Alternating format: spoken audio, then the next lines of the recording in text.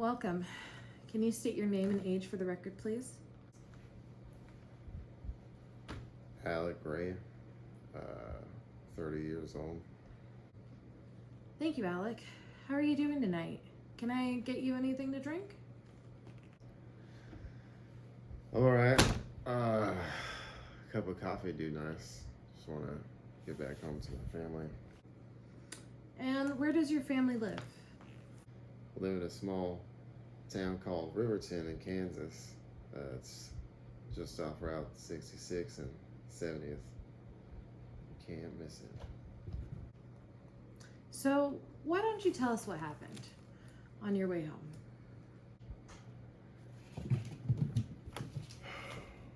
Well, I was up in Lawrence, Kansas, and at a work conference, and my car broke down. Mechanic wouldn't be able to fix it up for another week, so something about needing some parts to come in, and started talking with my wife. Decided I'd just catch the local Greyhound and ride it back to town. A Greyhound bus home? That must have turned your 3-hour journey into a 5-hour one. Well, it would have been. But as I came to find out, it was a lot longer than that. A whole lot longer. So, anyway, as I was saying, I boarded the bus, sat in the back row, and talked to this sort of religious-looking fella and a monk named Desmond. He's kind of a chatty feller, which is weird, but told me all about his life on the road and wanted to know about mine. He sounds pleasant. Please, continue your story. Thanks. Well, about an hour away from home when the bus pulled up to this stop, and this strange woman got on the bus.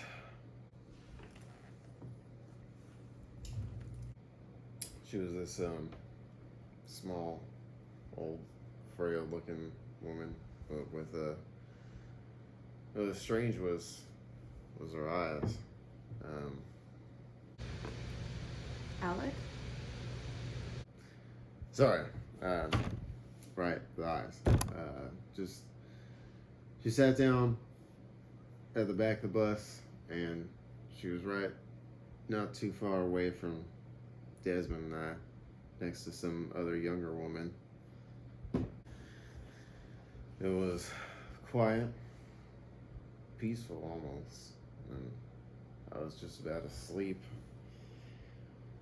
when I heard the scream. Nearly broke my neck with how fast I turned my head to look. It was the young woman. She was bleeding, something crazy, like the strange old woman was acting like a lunatic next to her. Like a lunatic?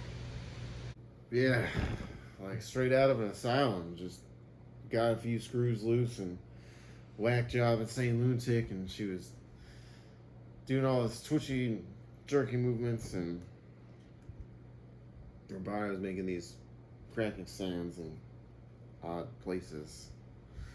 She grabbed that young lady's blood-soaked arm and started to lick it like it was candy. What did you do?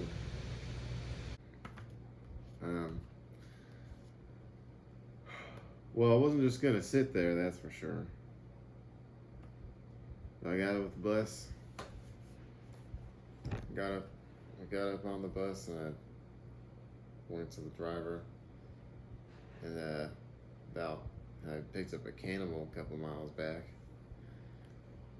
Well, I went to pass the woman, and she held out her arm like this, and I ran right into her. And I'm, no small guy, and her arm should have just snapped with how old she was, but I just ran into it like a brick wall. And Then she started speaking to me in this voice. What voice? Well, gone was the sweet old woman's voice. Instead, it was a bunch of these dark, sinister voices all saying the same thing, all warning me. What did she say? She said, I wouldn't do that if I were you. And someone's going to get hurt.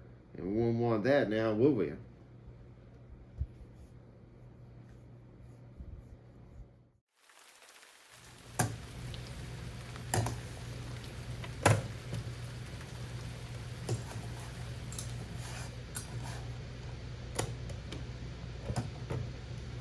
Please, continue. Well, after a few seconds longer than I'd like to admit, I decided to ignore her. I mean, after all, she's just a little old woman. I mean, how much damage could she honestly do? You'd be surprised. So, went and got the bus driver. He came thundering down the aisles, fiery and fury.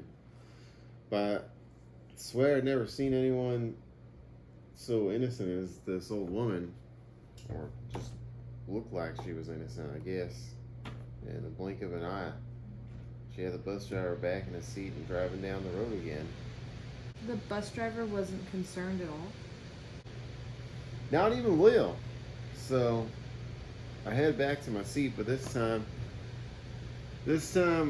I tried to pass the old woman, and her head twisted around, slowly watching me, all like this. And that's when her voice came out again. She said, I told you not to do that. Now I have to hurt someone, and it's all your fault. Can I just get some water, please?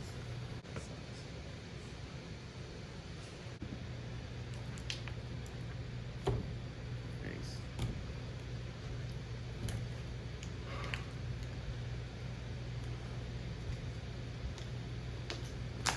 Well, before I could figure out what was happening, she punched me so hard, flew into the air.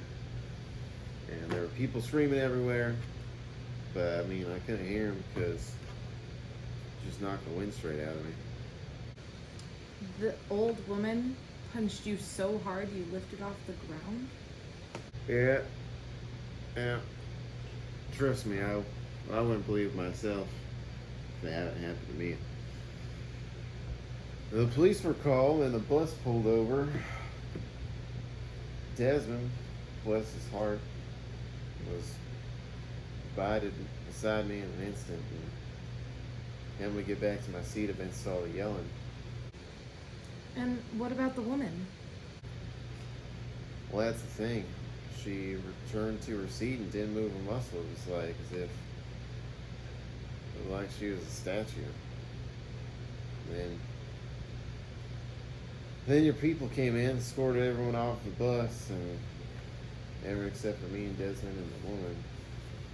So, just to confirm, the only people left on the bus are you, the monk Desmond, the old woman, and the officers? Yep, that's right.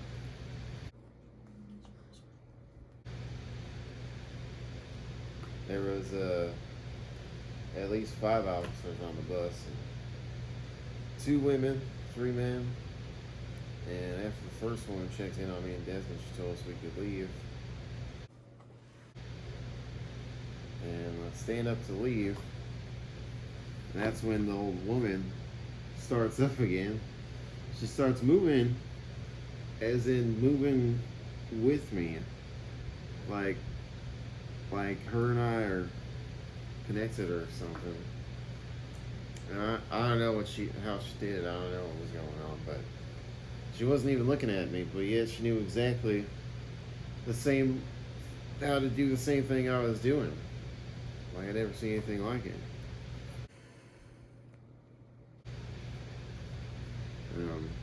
I walked past the old woman, terrified, all the way up to the door, and then I step outside, and all hell breaks loose.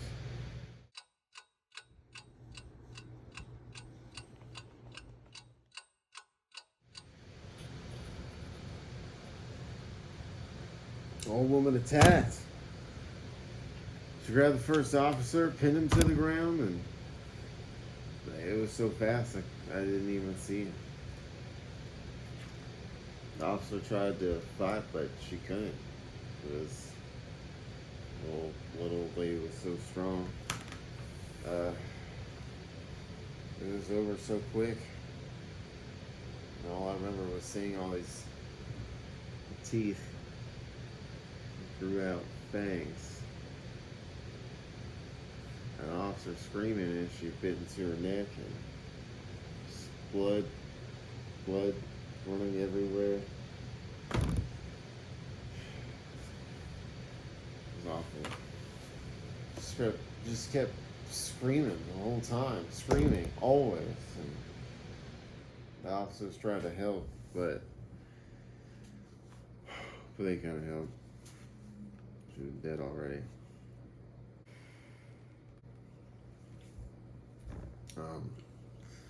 Then the old woman started changing.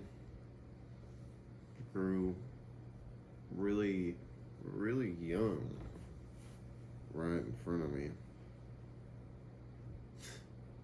And her hair, her body, everything just looked different. Except the eyes. Except for the eyes. And the blood. Blood was it was everywhere.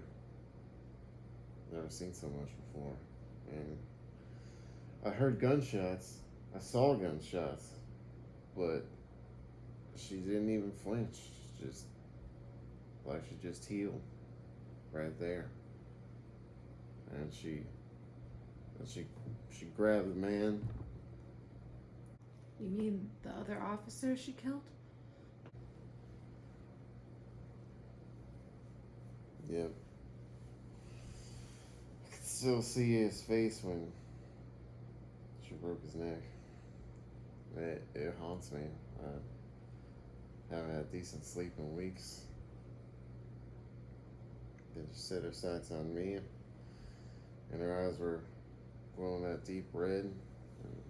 And thought for sure I was gonna die. And that's when Desmond jumped in. And that monk saved us. He had this cross, this crucifix. I got it right here actually. Just in case. Somehow it stopped her. So, how did you survive? I don't know. The moment she saw the cross, just started flinching and hissing all animal-like, and she backed into the corner and started laughing. That was weird. And then her body just exploded, like into bats everywhere.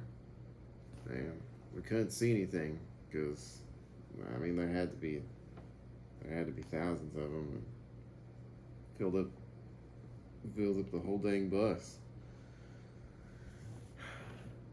Still hear her laughing. That sound, she was laughing, but the laugh was coming from the bats when they were flying around us. All of a sudden, my ears were bleeding, and it just exploded right out the windows. All of them, all the bats gone. Like, gone from existence, it felt like. It was over?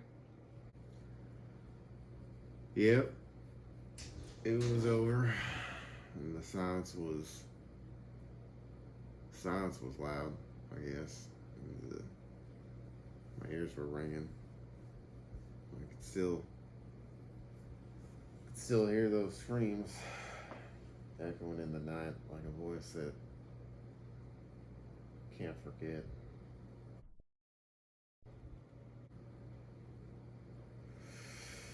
So afterwards, police took everyone's statements and we're all sent on our way like it was just a regular day, like nothing happened.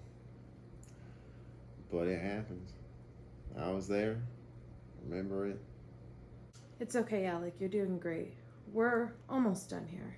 Have you told anyone else about this? No. No one believe me anyway. Just don't even believe that it lives. I wish I didn't have to live with the memory of it. Don't you worry. I can help you out with that.